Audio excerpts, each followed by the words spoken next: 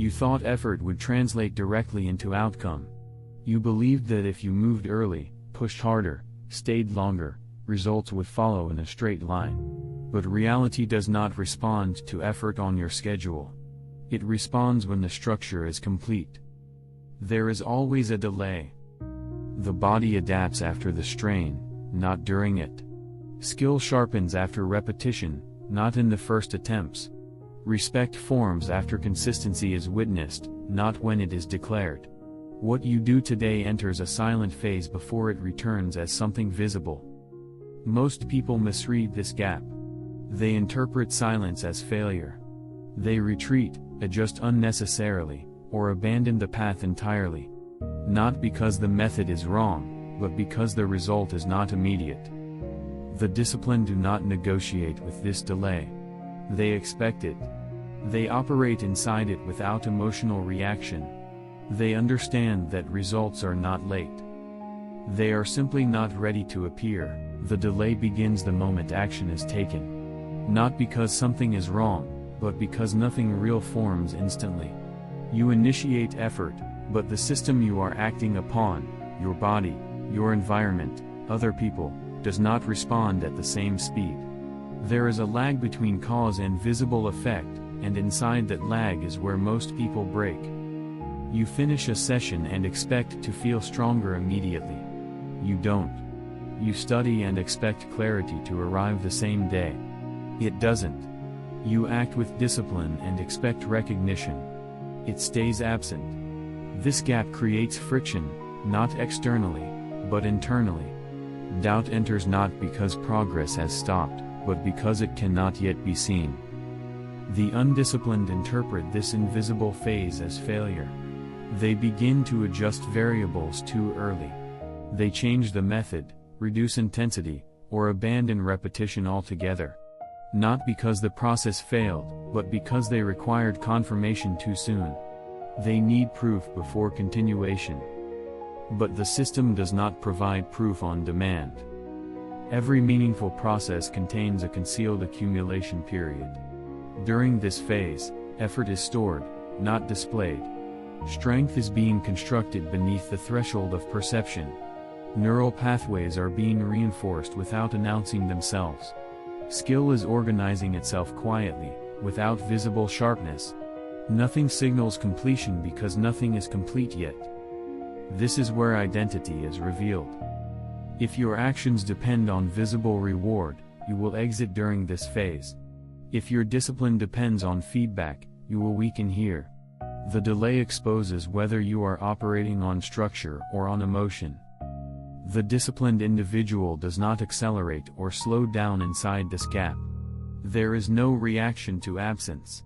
No search for reassurance. The process continues at the same intensity, regardless of what is visible. Not because of belief, but because the structure has already been chosen. This is the difference. One waits for results to continue, the other continues until results have no choice but to appear. Time is not the variable. Completion is. Every repetition you execute without visible reward compounds pressure on the system. Every day you maintain output without confirmation increases the inevitability of the result. But this pressure remains silent until a threshold is crossed. And when it appears suddenly. What looks like rapid progress is not rapid. It is delayed visibility. The result was forming long before it became noticeable. Others will call it sudden. You will recognize it as accumulated. But most never reach this point. They leave during the quiet phase. They interrupt accumulation. They reset the process repeatedly, never allowing it to complete. They chase immediate response and therefore never experience delayed reward. The delay is not the obstacle. It is the filter. The second layer of delay is more dangerous because it feels like stability. You continue the process, you maintain repetition, and nothing appears to change. Not better, not worse, just the same. This is where perception becomes distorted. You begin to question whether the system is working at all. There is no visible decline, so there is no urgency. But there is also no visible progress, so there is no reinforcement. This creates a neutral zone where effort feels disconnected from outcome. And in this space, most people don't quit dramatically, they fade. Intensity drops slightly. Focus loosens. Standards begin to shift in small, almost unnoticeable ways. You still show up, but the edge is gone. The structure remains, but the precision is diluted. This is not collapse. It is erosion. And erosion is harder to detect. The delay at this stage is not empty. It is dense with unfinished construction. Adaptation is still occurring, but it is approaching a threshold that has not yet been crossed. Everything is building toward a point where change becomes visible, but until that point, it remains concealed. The undisciplined misinterpret this concealment as stagnation. They begin to introduce unnecessary variation. They seek new methods, new systems, new approaches, not because the current one has failed, but because it has not yet revealed its result. They confuse lack of visibility with lack of effectiveness. But every shift resets accumulation. Every time you change direction before completion, you return to the beginning of another delay cycle. You re-enter the silent phase, again and again, never allowing pressure to build long enough to force a result. From the outside, it looks like effort. From within the system, it is constant interruption.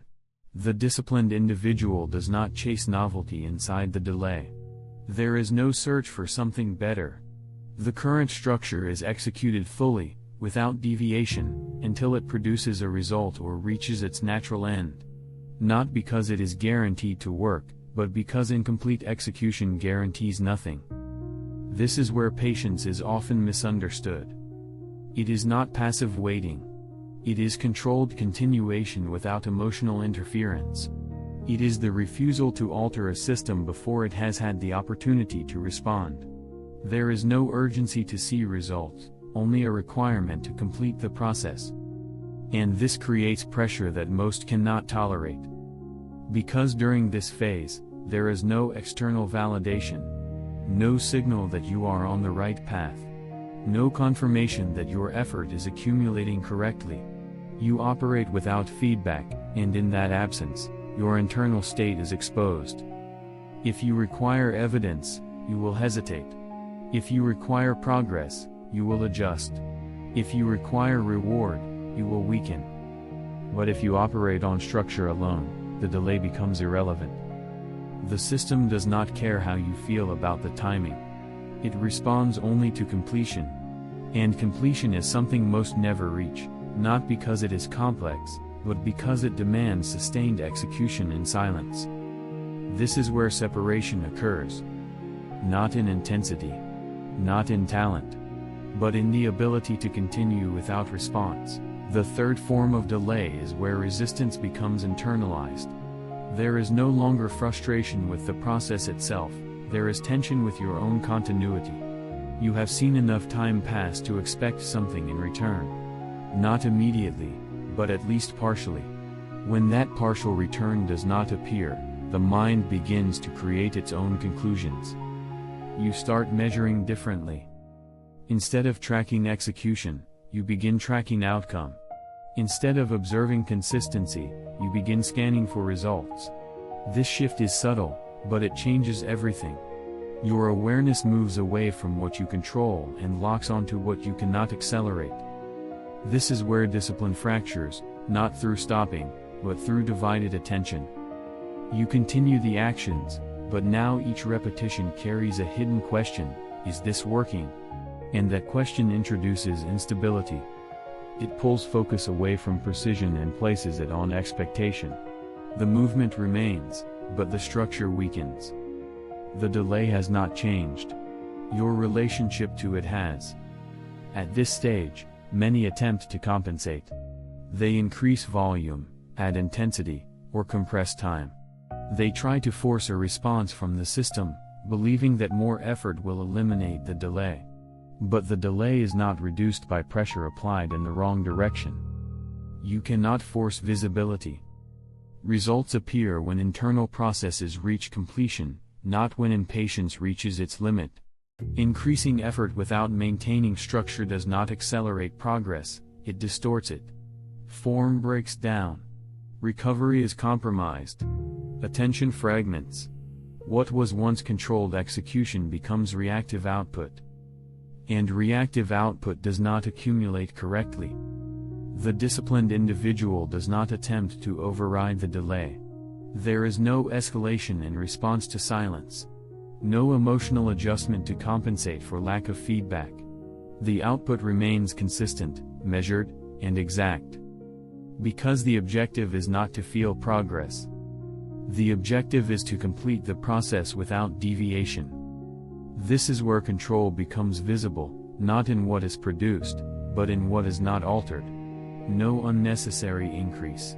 No premature change. No reaction to absence. The structure holds, even when nothing reflects it back. Most cannot maintain this. Not because they lack ability, but because they cannot tolerate the psychological weight of unconfirmed effort. They need alignment between action and outcome. When that alignment disappears, they begin to interfere. They check, adjust, question, modify. Each interference introduces noise into the system. Each adjustment delays completion further. What they interpret as acceleration becomes extension. The result moves farther away, not closer. The delay is no longer the barrier. Interference is. To continue without interference requires a different orientation. You are no longer working toward visible progress. You are maintaining alignment with a structure that has not yet revealed its effect. There is no emotional reward in this. No signal that you are advancing. Only the absence of deviation. And that absence is what allows accumulation to reach its threshold. When the result finally appears, it will not reflect the moment you expected it. It will reflect the moment you stopped interfering. The fourth stage of delay is where identity begins to fracture under repetition without evidence. Up to this point, the conflict was with time, with method, with perception. Now the conflict turns inward. You begin to question not just the process, but your place within it. You have executed long enough to remove excuses. The structure has been followed.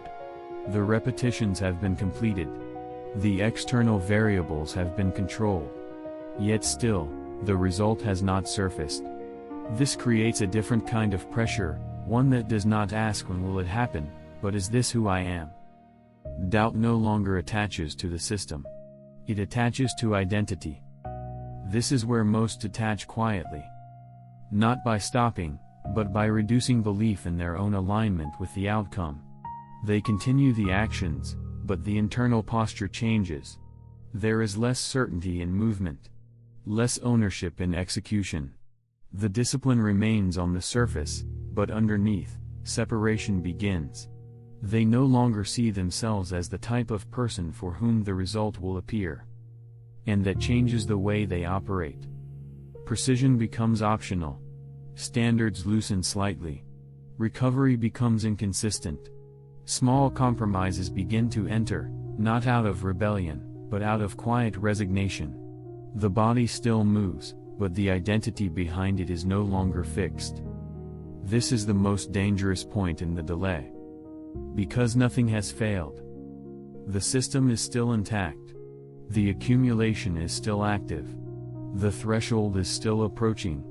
But the individual begins to withdraw before the result emerges, not because the process is wrong, but because they no longer see themselves completing it. The disciplined do not negotiate identity inside the delay. They do not ask whether they are the kind of person who succeeds.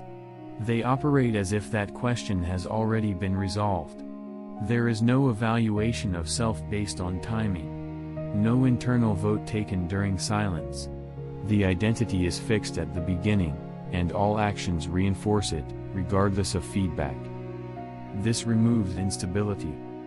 Because if identity is stable, execution does not depend on outcome. The process continues not to prove something, but because it is already aligned with who you are. There is no need for confirmation. no requirement for visible progress to validate continuation. And this is what allows completion to occur. Most never reach visible results not because they lacked discipline and action, but because they lacked discipline and identity. They allow the delay to redefine them. They let silence suggest limitation. They interpret absence as evidence. But absence is not evidence. It is simply the period before revelation. When the result finally appears, it will not validate who you are. It will expose who you decided to remain when there was nothing to confirm it. The fifth stage of delay is where the environment begins to test your continuity. Until now, the conflict has been internal, your perception, your patience, your identity. But once you persist beyond those points, external friction starts to surface. Other people begin to speak. They do not see accumulation. They only see the absence of visible results. From their position, your effort appears unchanged, repetitive, and unproductive. They measure progress through output, not through structure. And when output is not yet visible, they interpret your consistency as stagnation. They question what you are doing. Not aggressively, but subtly. A comment here. A suggestion there. Alternatives offered without being asked. Their intention is not always resistance, it is discomfort. Your continued execution without visible reward contradicts the way they operate. And that contradiction creates pressure. Because your delay reflects their limits. If you continue without result, then their decision to stop early becomes exposed. So they attempt to normalize interruption. They suggest adjustment. They recommend balance. They introduce doubt, not because your process is broken, but because your persistence is unfamiliar. This is where many break alignment. Not from within, but from influence. They begin to explain themselves. They justify the process. They defend the delay. And in doing so, they shift from execution to negotiation. Attention is divided. Energy is redirected. The structure remains, but its edge dulls under the weight of external input. And slowly, the process is no longer isolated. It becomes influenced. The discipline do not explain the delay. They do not defend the absence of results. They do not seek agreement from those who are not operating under the same structure. There is no attempt to translate accumulation into something immediately visible for others to understand. Because it cannot be translated. The process is not designed for observation at this stage. It is designed for completion. And completion requires isolation from premature evaluation, both internal and external. This is not withdrawal. It is containment. You reduce exposure not because you doubt the process, but because you refuse to let unqualified perspectives interfere with it. There is no hostility toward others. No rejection. Only separation where necessary. Because the delay is still active. The accumulation is still incomplete. And introducing external influence at this point disrupts the pressure that has been building. It introduces hesitation. It creates micro-adjustments. It weakens the consistency that has been maintained through earlier stages. Most people do not lose discipline alone. They lose it in conversation. A single suggestion can introduce doubt. A single comparison can distort perception. A single moment of explanation can shift focus away from execution. And once focus shifts, the process begins to fragment. The delay remains. But now, so does interference. To continue through this stage requires a different kind of control, not just over action, but over exposure. You choose what enters your environment. You choose what is allowed to influence your structure. You maintain direction without needing validation from those who cannot see the full process. And because of that, you continue where others adjust. You hold where others explain. You complete where others stop. The sixth stage of delay is where the process becomes irreversible, but only if you hold position. By now, The accumulation has reached a level where the result is no longer theoretical. It is forming, whether you can see it or not. The threshold is close. But this is also where the final resistance appears. Not as doubt. Not as distraction. As fatigue without relief. You are no longer questioning the system. You are no longer seeking validation. You are no longer influenced by others. But the body begins to register the cost of sustained execution without visible return. There is no collapse in structure, but there is weight in continuation. Everything feels heavier. Not because it is harder, but because it has been repeated without release. The nervous system carries the load of consistency. The mind has operated without reward. The body has adapted under pressure without recognition. And now, even though you continue, there is a quiet strain in maintaining the same level of precision. This is where most slow down. Not consciously. Not dramatically. But subtly. They maintain the habit, but reduce the sharpness. They complete the action, but without the same exactness. The difference is small, but at this stage, small deviations have amplified consequences. Because the system is near completion. Any reduction in precision now does not reset the process, it delays the final emergence. It extends the invisible phase just enough to create more fatigue, more weight, more pressure. And under that extended strain, many finally release. Not because they failed, but because they relaxed too early. The disciplined do not interpret fatigue as a signal to reduce structure. They recognize it as an indicator of proximity. The closer the system moves toward visible output, the more resistance is felt, not externally, but internally. The body resists final adaptation. The mind resists continued silence. But resistance at this stage is not a warning. It is confirmation. You do not adjust when you are closest.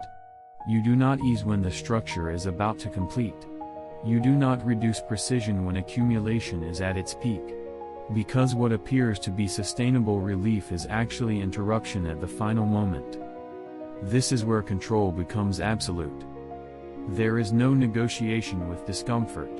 No interpretation of fatigue as guidance. The structure is executed exactly as before, same intensity, same precision, same standard. Not because it feels correct, but because deviation now would erase the pressure that has taken time to build. Most never realize how close they were. They step away at the edge of completion, believing they have reached a limit, when in reality, they have reached the final barrier before result. And because they cannot see what is forming, they assume nothing is. But something is. And it is nearly finished. To pass this stage requires no increase in effort. No change in method. Only refusal to reduce. You hold the line without adjustment. You complete the sequence without interpretation. You remain exactly as you were when nothing was visible, because that is what brought the system to this point. And when the result appears, it will not feel sudden to you. It will feel released. The seventh stage of delay is where the result begins to emerge, but not in the way you expected. There is no clear signal, no defined moment where the system announces completion. Instead, the shift appears quietly, almost unnoticed at first. Something feels different. Execution becomes lighter, not because effort has decreased, but because resistance has dissolved. Movements that once required control now occur without force. What was previously deliberate becomes automatic. The structure you maintained under pressure begins to operate without strain. This is not the result itself. This is the release of accumulated tension. Most people misread this moment. They interpret the reduction in resistance as a sign to relax. They believe the process is complete because it feels easier. But this is not completion, it is transition. The system has crossed a threshold internally, but the external result has not fully stabilized. And this is where the final mistake is made. They loosen structure at the moment it becomes most effective. Precision drops because effort feels unnecessary. Standards shift because control is no longer required to the same degree. The discipline that carried them through the delay begins to fade, replaced by comfort. But comfort at this stage is unstable, because the result has not fully anchored. The disciplined recognize this difference. They do not confuse ease with completion. They understand that the absence of resistance does not mean the process is finished, it means the system is ready to express what has been built. And expression requires the same structure as construction. So nothing changes. The execution remains exact. The repetitions continue with the same precision. There is no adjustment to match the new feeling. No relaxation in response to reduced strain. The structure holds, even as the internal environment shifts. Because this is where the result begins to appear externally. Gradually, then clearly. Performance sharpens. Output increases. Recognition may begin to surface. What was once invisible becomes observable, not all at once, but in fragments that build into something undeniable. Others start to notice what you have been constructing. And they will call it sudden. They will point to the moment of visibility and ignore the duration of delay. They will see the expression and miss the accumulation. From their perspective, the result arrived quickly. But you know the sequence. You know the stages. The silence. The resistance. The identity pressure. The fatigue. The isolation. The edge of release. You know that what appears now was forming long before it could be seen. And because of that, you do not react to it. There is no celebration that alters your structure. No shift in behavior to match external recognition. The process continues as it was, controlled, precise, uninterrupted. Because the result is not the endpoint. It is the consequence of completion. And completion does not change you. It reveals that you never stopped. What appears late was never late. It was withheld until completion. You expected alignment between effort and outcome, but the system does not respond in parallel. It builds in layers, beneath visibility, beyond your ability to track in real time. And by the time it becomes visible, it is already finished. The delay was never empty. It was full of work you could not see. Every repetition executed without confirmation moved the structure forward. Every moment you held position without evidence reinforced the system. What you interpreted as absence was simply accumulation beyond perception. Most never understand this. They believe results arrive when they appear.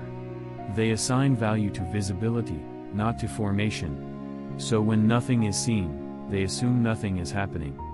And in that assumption, they interrupt the process before it completes. But you did not. You continued through silence, through resistance, through fatigue, through external pressure, through the absence of identity reinforcement. You maintained structure when there was nothing to confirm it. So when the result emerged, it did not reward you. It revealed you. Not as someone who waited for results, but as someone who operated without needing them. And that is why it appeared when it did. Not late.